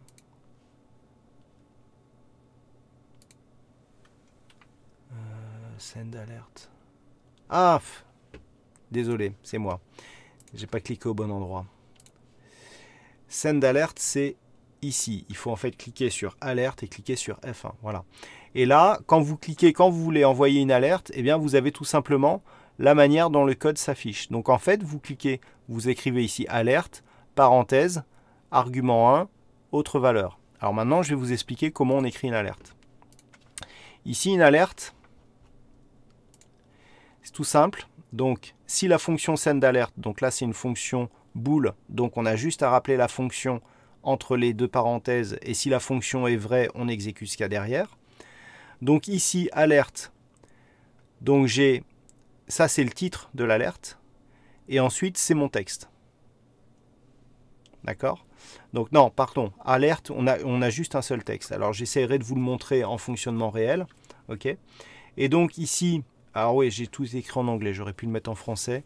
En plus, je l'ai, la version française. Bon, là, ça veut dire CCI suracheté. Alors, on peut faire la différence dans alerte entre les valeurs qui sont ici entre deux parenthèses et les valeurs qui sont récupérées dans le code. Là, par exemple, symbole avec les deux parenthèses ici. Si on est par exemple sur l'euro-dollar, eh bien le système va récupérer ici le nom du symbole euro-dollar. Là, vous voyez que j'ai UT qui n'est pas entre des guillemets. Là, par exemple, je veux une virgule avec UT 2 points espace. Je l'ai mis entre des guillemets, il va l'afficher tel quel. Mais si je veux afficher l'unité de temps, il faut que je récupère la variable ici UT que j'ai définie juste au-dessus. Vous voyez ici, là, en fonction de la période, je définis ma variable texte UT. Je rappelle que texte, ici, tout en haut, on l'a défini comme variable string. D'accord? Donc string, c'est un texte. Donc texte ici, je veux afficher mon unité de temps pour savoir mon CCI est suracheté sur le symbole euro-dollar. Dans quelle UT? C'est l'UT 15. Et d'accord? Et si je veux la valeur du CCI, eh bien j'écris ici CCI égale et la valeur de mon CCI. Et vous voyez que la valeur de mon CCI, elle est là. Ok? Double, parce que le CCI est une valeur décimale. CCI égale, et je calcule, je mets normalise double. Normalise double, c'est tout simplement une fonction qui va définir le nombre de décimales. C'est-à-dire là, j'ai le calcul de mon CCI. Ok? Et là, ici, j'ai virgule 2, c'est-à-dire qu'il va me calculer le CCI avec 2 décimales. C'est-à-dire il va calculer, par exemple, 0,82 ou 0,98, mais jamais il va avoir 0,99, 78, 94, 62, etc. Il va s'arrêter à 2 décimales. Ok?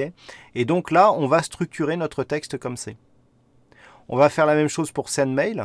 D'accord? C'est-à-dire là, on a la fonction sendMail avec parenthèse. Donc la fonction sendMail, elle est un petit peu différente. Donc je clique sur sendMail, voilà, je clique, parce qu'on a deux variables texte. Hop, voilà. On a deux variables texte à définir, à savoir ici le sujet du mail et le corps du mail. Et les deux seront séparés par une virgule. Donc, quand on fait ça, il ne faut pas se tromper. Là où on séparait les guillemets et les valeurs dans les alertes, et bien en fait, dans la fonction sendMail, c'est différent. On va rajouter des plus entre les formats. C'est-à-dire, un plus, ça veut dire on change de format.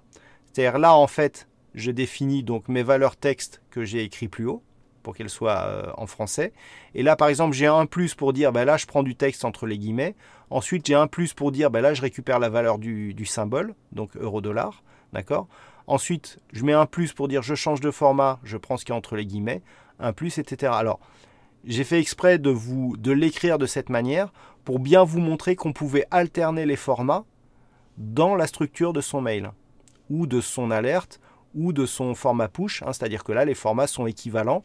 Et donc, en fonction des manières dont on veut envoyer ces alertes, eh bien, les écritures peuvent être différentes. Là, c'est pareil, si je clique sur Send Notification et que j'appuie sur F1, on trouve ici la manière dont doit s'écrire. Donc là, on voit que on n'est pas comme dans Mail, on a juste ici une seule variable de texte. On n'a pas un sujet et un corps de mail comme on peut avoir sur la fonction sendMail. D'accord? Et donc maintenant, je vais vous montrer comment on règle sur la plateforme eh bien, les différentes zones. Donc on l'avait montré sur le réglage de la plateforme, mais s'il y en a qui étaient absents, je vais vous le remontrer ici. Donc première chose, les alertes, il n'y a rien à faire, ça se règle tout seul.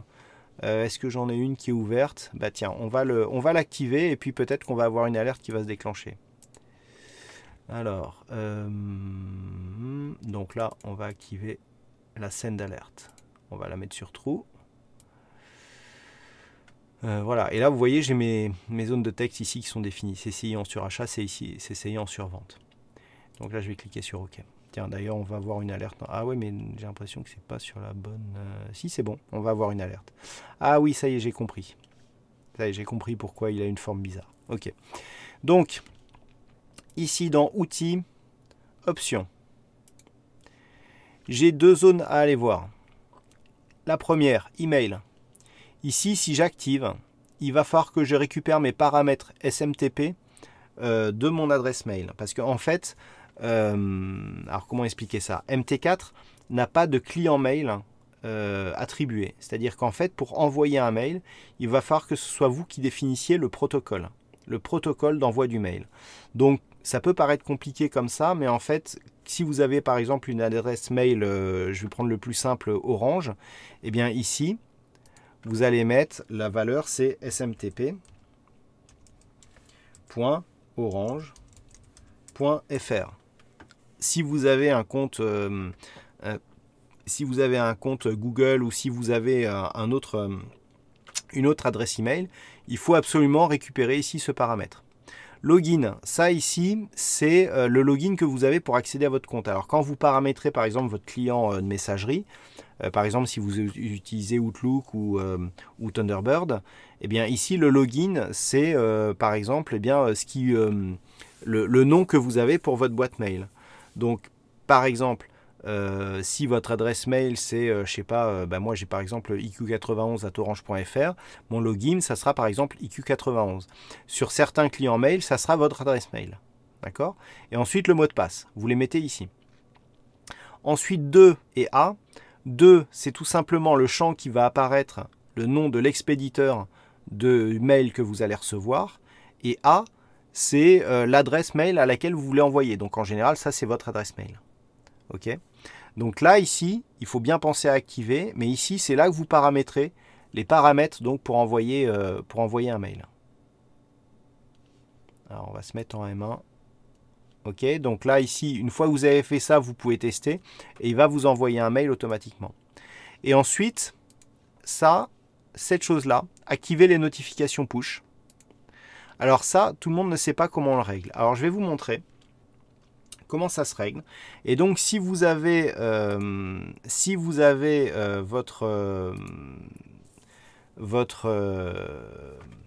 votre smartphone à côté de vous avec une application MT4 ouverte, eh bien, vous pouvez suivre cet écran. Donc, en fait, j'ai pris des copies écran de ma propre application. Donc là, vous voyez, c'est moi avec le compte.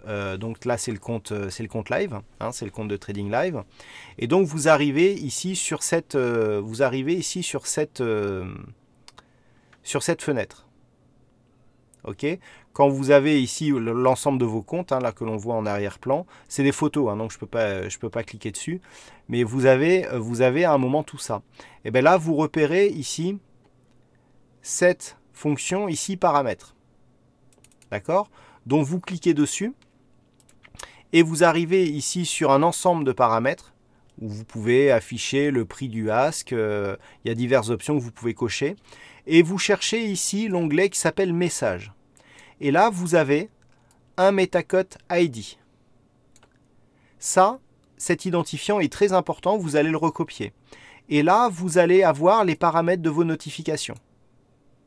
D'accord? C'est-à-dire les vibrations, donc quand vous allez recevoir un signal de trading, une sonnerie par défaut, d'accord? Télécharger automatiquement le contenu, c'est-à-dire si vous envoyez des éléments téléchargeables par push, eh bien vous allez pouvoir télécharger. Donc si vous avez un forfait data correct, eh bien vous allez pouvoir télécharger aussi. Et puis là, vous allez pouvoir aussi activer les news, etc. Donc ça, c'est toutes les notifications. Donc ça, c'est très important. C'est-à-dire là, en fait, c'est le paramétrage de votre application pour recevoir le push. Et donc, ce MetaCote ID ici, sur chaque appareil que vous allez avoir, il va être différent. Par exemple, moi, j'ai le même compte installé sur, par exemple, un PC, une tablette et un smartphone. Eh bien, en fait, cet identifiant, même si je suis sur le même compte, même si je suis la même personne, va être différent du téléphone et la tablette. C'est-à-dire le téléphone et la tablette ne vont pas avoir le même MetaCote ID. Et si je change de téléphone, mon MetaCote ID ici, il va changer. Ok, donc cette valeur ici, vous la récupérez et vous la recopiez ici. Vous voyez, MetaCote ID. Là, vous avez un numéro par défaut. Donc vous rentrez ce numéro et normalement ici, quand vous cliquez sur test, eh bien vous allez recevoir une notification sur votre smartphone qui va vous montrer si, qui va vous indiquer que ici c'est bien paramétré. Est-ce que c'est bien compris cette manipulation? Donc là, moi ici, je ne vais pas le faire, hein, bien entendu. Mais ça vous permet de notifier donc les fonctions push. Donc là, j'ai changé d'unité de temps pour déclencher une alerte.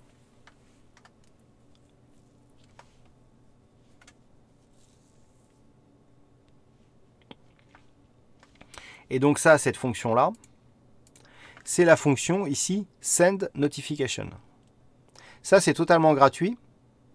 Ok, il faut juste avoir un petit peu de data et une MT4 installée sur votre téléphone. Et c'est quelque chose que vous pouvez tout à fait, paramétrer.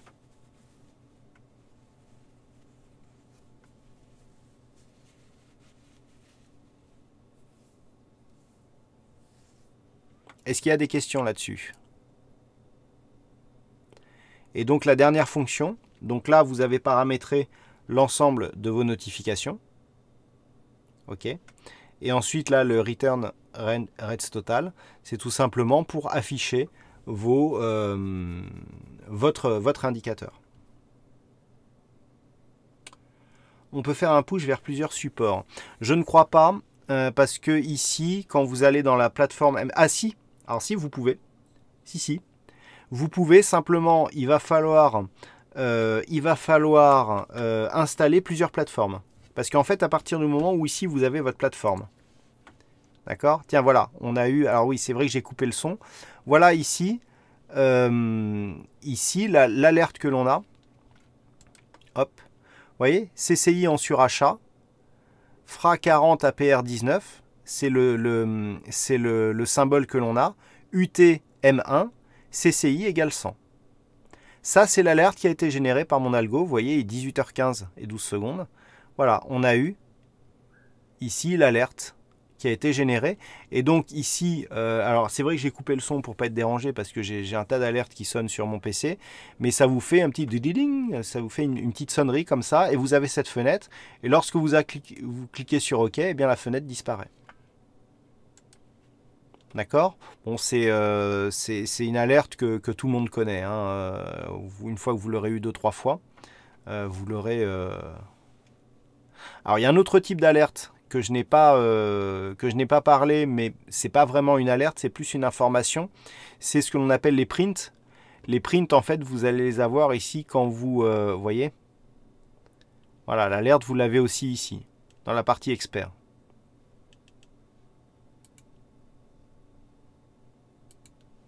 Là, dans cette partie-là. Et là, vous voyez, l'alerte, elle est restée ici. C'est-à-dire, même quand j'ai effacé la boîte, en fait, un print, ça ne va s'afficher qu'ici.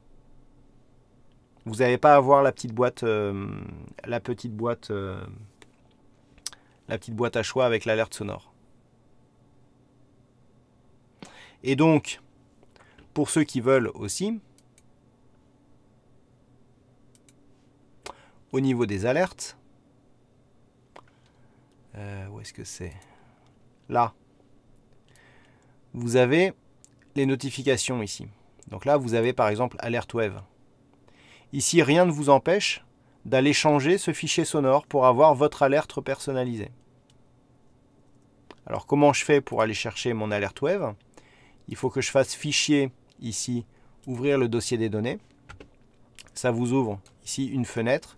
Et lorsque vous allez dans alors config, je crois que c'est les serveurs. Oh, je me rappelle plus où est-ce qu'on le trouve. Non, en fait, c'est pas là. Si, c'est là. Voilà, dans Sound, non. Ah non. C'est quand vous allez dans... Ça y est, je le sais. Alors, je vais y aller et je vais vous le montrer. Quand vous allez dans votre répertoire d'installation, alors attendez, hein, je vous ouvre le répertoire. Je ne veux pas vous montrer quand même tout mon disque dur. Voilà. Quand vous allez ici, quand vous avez votre répertoire ici et que vous avez votre répertoire d'installation, donc là il s'appelle MetaTrader Active Trade. D'accord ? Là, en fait, dans MetaTrader Active Trade, donc là, c'est dans votre disque. Ici, vous avez un répertoire qui s'appelle Sound. OK ? Et vous retrouvez ici, alors attendez, voilà, alerte, alerte 2, etc., etc. Et là, vous pouvez définir, là, vous pouvez changer vos sons. Ce sont des points wave, hein, c'est des formats par défaut. Et donc là, ici, vous pouvez changer vos sons. D'accord ? Vous retrouvez ici tous les sons que vous avez dans votre plateforme. Ok. Et donc ça correspond au son que vous avez ici, dans les options, ici dans les événements. Vous voyez, vous retrouvez tous les mêmes sons ici. Donc là, dans alerte, si par exemple je mets alerte, voilà, là je peux choisir alerte 2. Parce que j'ai mis un alerte 2 dans mon répertoire, et bien là je vais retrouver en fait mon son alerte 2. D'accord? Donc vous pouvez changer ici, et vous voyez vous avez plusieurs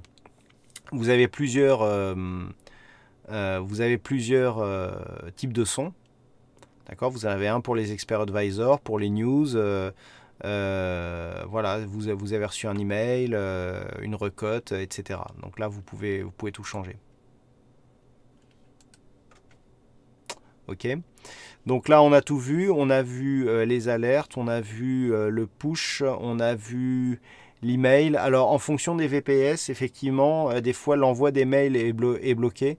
Donc il faut, alors là faut voir avec un expert des serveurs, mais il peut arriver qu'il y ait un port à débloquer. Alors, le but, effectivement, pour avoir plusieurs ID, c'est comme ici, vous enregistrez dans ici notification, vous enregistrez votre MetaQuote ID, et bien tout simplement vous installez une deuxième plateforme avec un autre ID. Et si vous mettez le même graphe avec le même indicateur, et bien avec le même compte ou un compte différent, et bien vous pourrez avoir des notifications sur plusieurs appareils. C'est la seule solution que je vois. Pour moi, je ne vois pas comment on peut avoir. Alors si on peut aussi, mais alors c'est beaucoup plus compliqué. J'ai vu ça sur des forums où en fait pour l'email c'est pareil. Les gens dans leur code ils mettaient tous les paramètres email, etc. Mais là, c'est un peu plus compliqué à programmer. Ok. Est-ce qu'il y a des questions là-dessus?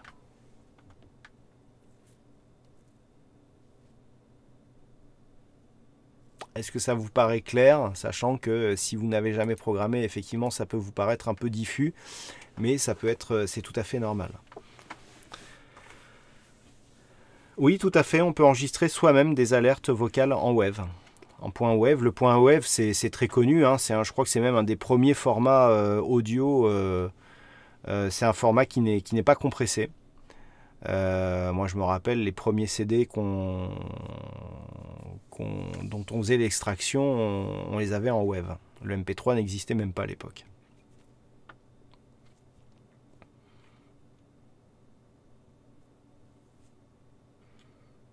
Ouais, ça peut être une question ou une réponse, effectivement, ça peut être les deux. Alors, qu'est-ce que j'aurais pu oublier? Alors, comme un indicateur, c'est comme un expert. Ici, pour le vérifier, on peut le compiler. D'accord? Donc, c'est comme un... Alors, attendez, hop, rechercher, vue. Voilà, navigateur. Ici, on a tous vos indicateurs. Là, vous avez donc tout ce qui est visible ou pas. Et donc, dans votre plateforme, ici, vous retrouvez vos indicateurs ici. Alors, vous voyez que vous avez ici certains indicateurs qui sont gris au niveau du point. Vous avez des points jaunes et des points gris. Les points gris, c'est ceux dont le code source n'est pas visible. C'est-à-dire là, par exemple, Dark version 18.01, si je clique sur modifier, eh bien, il ne va pas s'ouvrir. Ah bah si, il s'est ouvert. Bah, pourquoi il s'est ouvert si j'ai pas le code?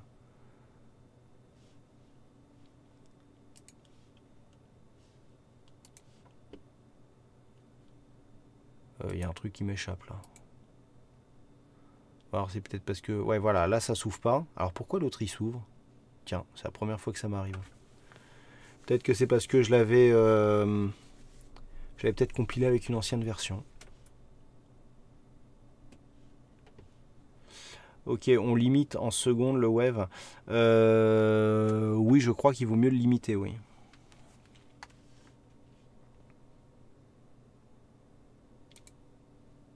Parce que vous pouvez mettre un son... vous pouvez avoir un son qui dure... vous pouvez mettre un morceau de musique, hein, et si votre morceau de musique il dure 3 minutes, eh bien le morceau il va se jouer, quoi. Oui, enregistrer avec le magnéto de Windows. Après, vous avez plein de logiciels qui vous permettent d'enregistrer des sons. Le wave, je vous dis, c'est le format le plus répandu. À partir du moment où vous avez un micro, vous avez le magnéto Windows, vous avez tous les logiciels d'édition musicale, style Audacity, toutes ces choses-là, Soundforge, enfin, même avec des éditeurs vidéo, vous pouvez enregistrer des points wave.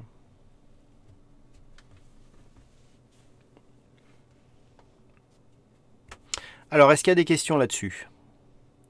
Alors, les indicateurs, donc pour finir, les indicateurs comme ça avec les alertes, c'est assez intéressant. Alors, il y a deux manières de les utiliser. Soit tout simplement parce que vous avez une plateforme avec plein de sous-jacents comme ça, vous mettez partout le même indicateur avec des alertes et ça vous permet de ne pas avoir à scruter chaque graphe pour savoir, tiens, est-ce que j'ai une alerte, est-ce que la configuration est bonne et tout. Là, pour un problème de simplification, je vous ai montré le code avec une seule fonction, c'est-à-dire une fonction simple qui croise une zone, mais on peut très bien avoir un croisement de moyenne mobile. On peut avoir aussi plusieurs... Alors, une chose très importante, c'est pas parce qu'on a un indicateur d'alerte qu'on est obligé d'afficher l'indicateur. on peut très bien avoir une alerte qui n'affiche rien du tout, d'accord, que l'on met juste sur un graphe et qui n'affiche rien. Il mangera beaucoup moins de ressources. Là, c'était pour vous montrer comment on construisait un indicateur et comment on fait une alerte. Mais vous pouvez aussi avoir une alerte qui prend en compte plusieurs calculs d'indicateurs. Donc, quand vous serez dans votre code, ici, vous définissez toutes vos variables. D'accord? Donc là, vous pouvez récupérer ici comme ça, telle fonction. Vous n'êtes même pas obligé de déclarer tous les indicateurs parce que vous n'avez pas à les afficher.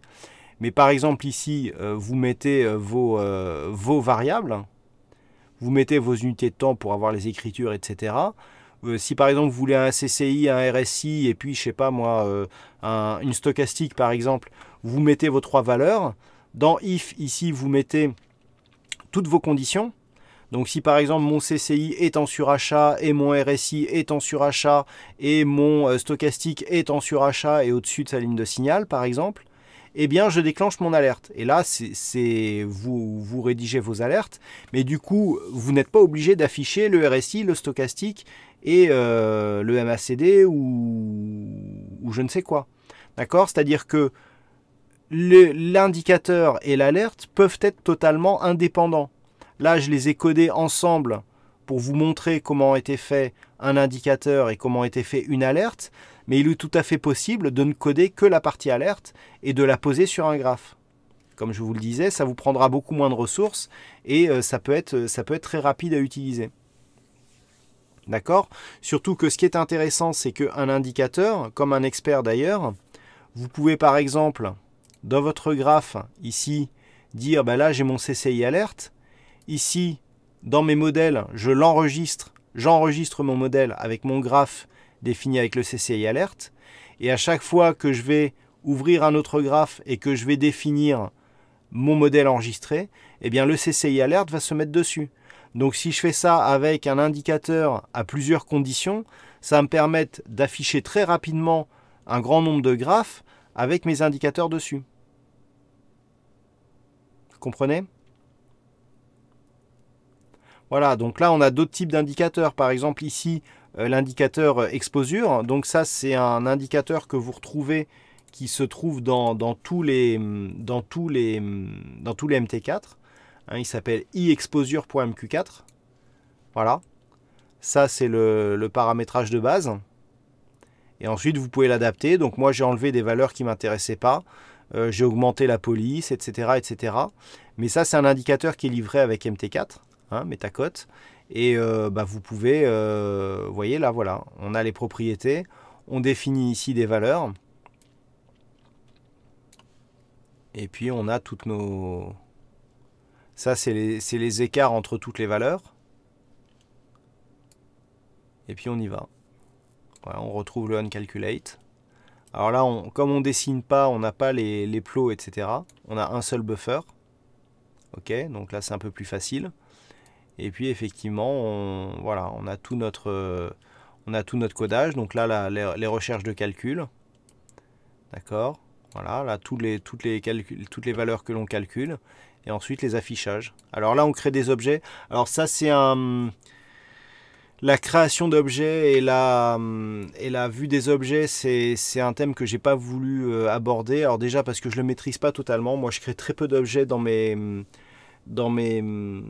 codes. Donc avec des objets, on peut créer des textes, on peut créer des formes, on peut créer des supports, des résistances, on peut créer des flèches, on peut créer énormément de choses. Bon, déjà je trouvais que c'était assez compliqué comme ça, donc j'ai pas voulu vous encombrer avec plus d'informations non plus. Et donc ensuite on a tout le code. Donc ça c'est un code, celui que vous avez là. C'est en fait le iExposure de MQ4 que j'ai modifié pour n'afficher que les indications que j'ai besoin.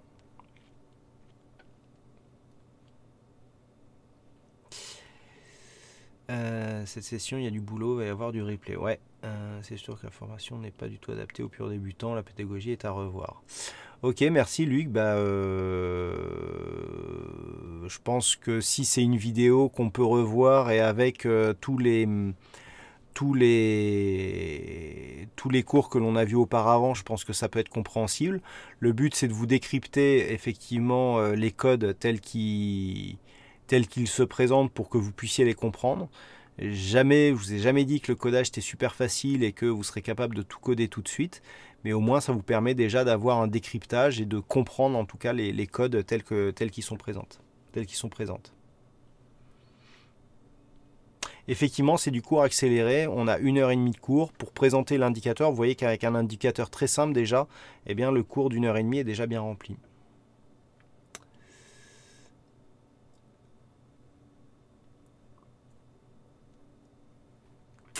Alors, cet indicateur, ici le CCI Alert, pour que vous puissiez l'essayer, eh bien, donc j'ai préparé une offre. Alors, pour le module Money Management que je vous ai présenté l'autre fois, en fait, je l'ai intégré parce que ça posait des problèmes donc pour l'intégrer sur la plateforme ActiveTrade. Donc, ce qu'on a fait, c'est que le script Money Management, vous pouvez le télécharger à partir du site boursicoté.com. Tiens, vous voyez, on a encore une alerte là.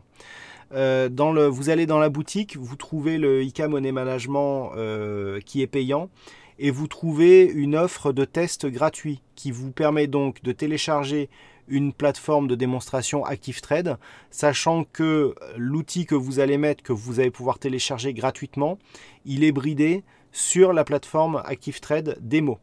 D'accord? C'est-à-dire même si vous avez un compte réel, en fait, c'est vraiment pour que vous puissiez l'essayer que vous pouvez le télécharger gratuitement. C'est normalement un objet qui se paye. Alors là, comme on l'a vu sur le CCI, vous allez pouvoir l'essayer aussi.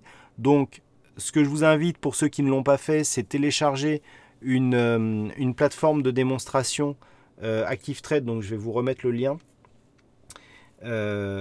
Pour pouvoir essayer donc cet indicateur. Et pareil, donc là la mise en place dans la boutique n'est pas encore faite, mais je pense que ça sera fait ce soir.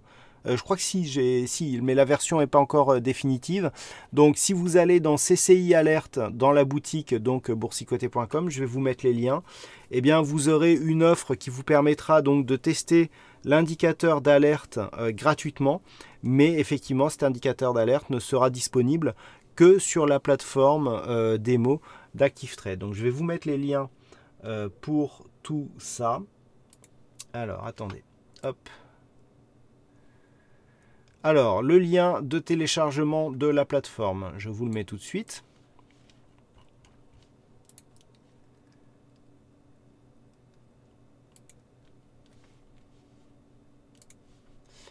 Donc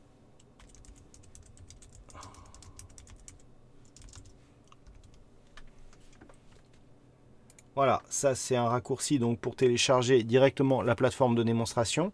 Et maintenant, je vais vous mettre le lien où vous allez pouvoir trouver dans la boutique donc le produit que vous allez pouvoir télécharger gratuitement. Alors, boutique. Alors, attendez, je crois que normalement je l'ai par là. Je vais voir si elle est bien finalisée. Alors, attendez ce soir pour le télécharger. Ouais, non, il n'est pas encore en ligne. Alors, je vais vous donner le lien du CCI payant tel qu'il est actuellement. Donc ça, c'est un indicateur qui est payant, donc c'est pas la peine de télécharger celui-là. Le but, c'est de ne pas vous faire acheter des produits. Une fois que vous serez sur cette page, ouais, donc là, la page n'est pas encore totalement finalisée. Donc vous la mettez en mémoire, vous allez regarder dans la soirée. Et normalement, sur cette page, alors attendez que je retrouve, voilà. Donc sur la page ici du CCI, donc sur le site boursicoté.com, vous verrez il y aura une offre avec un bouton rouge où sera marqué télécharger. Donc vous pourrez télécharger la plateforme de démo et si vous mettez le produit dans votre panier, donc le produit sera gratuit, vous pourrez télécharger donc un CCI Alert totalement fonctionnel qui pourra donc être utilisé sur la plateforme de démo ActiveTrade. Les codes, vous pouvez en trouver sur, il y a des indicateurs, sur tous les indicateurs que vous avez dans la plateforme MT4, vous avez des exemples. Au niveau des alertes, eh bien, vous pourrez revisionner ce webinaire pour bien voir comment sont recopiées les alertes en faisant des dépôts. Je pense que c'est des lignes qui sont assez facilement qu'on peut recopier assez facilement. Et donc vous pourrez essayer donc cet indicateur, sachant qu'il y aura d'autres indicateurs par la suite que vous pourrez essayer gratuitement avant de l'acheter. Donc là en fait c'est vraiment un partenariat avec ActiveTrade. Moi ça me permet de vous proposer des indicateurs ou des outils que vous pouvez essayer avant de les acheter éventuellement. Et ActiveTrade met à votre disposition des comptes de démo pour pouvoir justement tester ces produits.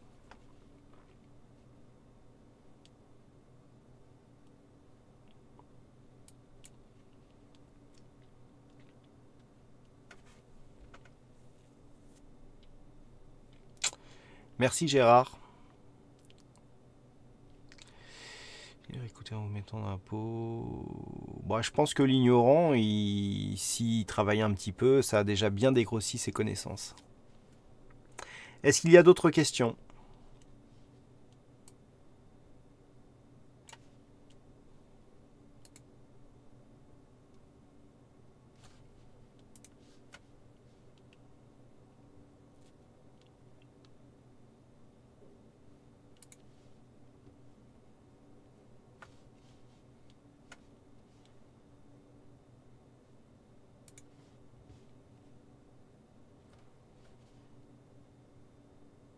La fortune est à nous.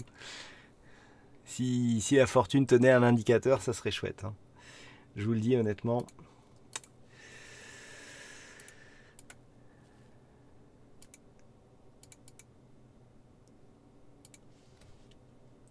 Voilà, bah écoutez, donc c'est la fin de cette session de formation.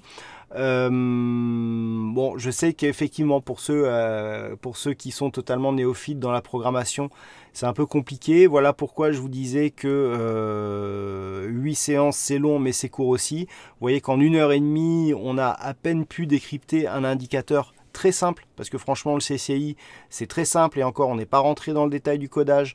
On a juste vu un indicateur qui nous donne une alerte sur un croisement avec une zone de surachat, une zone de survente, un oscillateur simple avec une seule composante.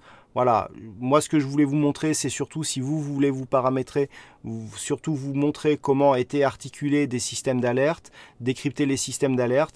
Voilà, on a déjà passé 1h30, donc je pense que si on était parti sur une conjonction d'indicateurs un peu plus compliquée, eh bien ça aurait été beaucoup plus long. Voilà, donc bah écoutez, si vous avez des questions, vous pouvez les poser le temps que je vous présente la prochaine session de formation. Donc la prochaine session de formation, ça sera jeudi, donc de mémoire. Alors il va y avoir un petit, peut-être un petit changement en fait dans la programmation. Ouais, voilà, non, c'est bon, c'est rectifié. Donc la prochaine formation sera consacrée au script et au robot de trading. Donc on va voir qu'en fait en termes de codage, eh bien le script et les robots sont très similaires. Je vais essayer de vous montrer comment coder un algorithme très simple. Hein, vous avez vu un indicateur, c'était déjà avec un indicateur simple, c'était déjà trop compliqué pour certains. Pour un algo, c'est pareil, il y a des petites choses à voir, donc on va essayer de partir sur un indicateur très simple avec certainement juste un croisement de moyenne mobile ou voire même un achat sous une zone et une vente au-dessus sur une autre avec un take profit, un stop suiveur. Déjà, il va y avoir du travail. Voilà, on va essayer de faire quelque chose de très simple. Ça sera aussi un algo que vous pourrez télécharger en version d'essai sur la plateforme ActiveTrade. Donc ça risque d'être intéressant, sachant que ensuite la semaine prochaine, il y aura toute une session là aussi qui j'espère sera très intéressante qui sera consacrée au backtest. Donc ça c'est vraiment le cœur du trading automatique. Hein. C'est vraiment par le backtest que quasiment tout le travail se fait. Donc là aussi pour ceux qui connaissent déjà, je pense que je vais vous apporter des informations qui seront intéressantes, parce que je vais vous montrer la manière dont moi j'ai backtesté mes approches et quels sont les petits détails que j'ai mis dans mes algos pour essayer d'améliorer les fonctions d'optimisation. Donc là, pour les novices, ça vous montrera comment on backteste un algo, mais pour les plus avancés, il y aura peut-être des informations qui pourront vous intéresser aussi. Et ensuite, on terminera avec les screeners. qui est pas simple non plus. Voilà. Eh bien écoutez, sinon il y a un indicateur conseillé à avoir. Ça, je dirais que ça dépend vraiment de votre style de trading. Pour moi, un des meilleurs indicateurs, enfin les deux meilleurs indicateurs pour moi sont les... allez, il y en a trois. C'est trois indicateurs simples que vous pouvez trouver partout. L'indicateur à avoir, c'est la moyenne mobile, parce que franchement, rien qu'avec des moyennes mobiles, on fait déjà énormément de choses. Les bandes de Bollinger. Bande de Bollinger, il y a énormément d'informations qui sont dans ces indicateurs. Donc il y a d'ailleurs l'indicateur bande de Bollinger avec alerte de sortie sera aussi bientôt accessible en version d'évaluation, donc sur un compte démo ActiveTrade. Donc ça, je sais que vous avez été nombreux à me le réclamer, donc c'est quelque chose que je vais intégrer. Et sinon, le MACD, parce que dans le MACD, il y a les moyennes mobiles et il y a les histogrammes qui donnent des informations différentes. Dans les Bollinger, vous avez aussi des informations sur la volatilité, donc c'est assez important. Et puis en le combinant avec des moyennes mobiles, avec du MACD, on arrive déjà à faire énormément de choses. Pour moi, ce sont les trois indicateurs basiques à avoir. Je place le RSI après, honnêtement. Voilà, donc effectivement, la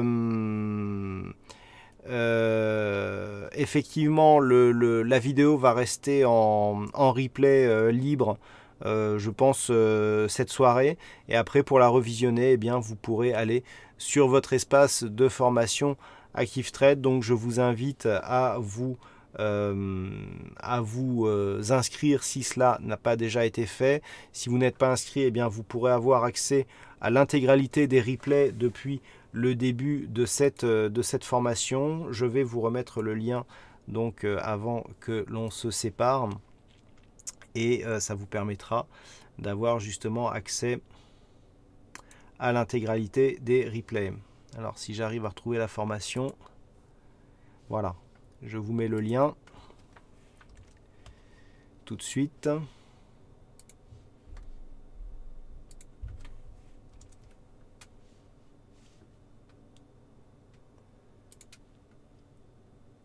Et je vous souhaite une bonne soirée juste après.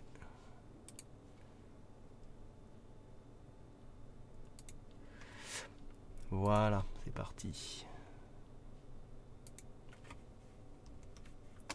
Est-ce qu'il y a d'autres questions ?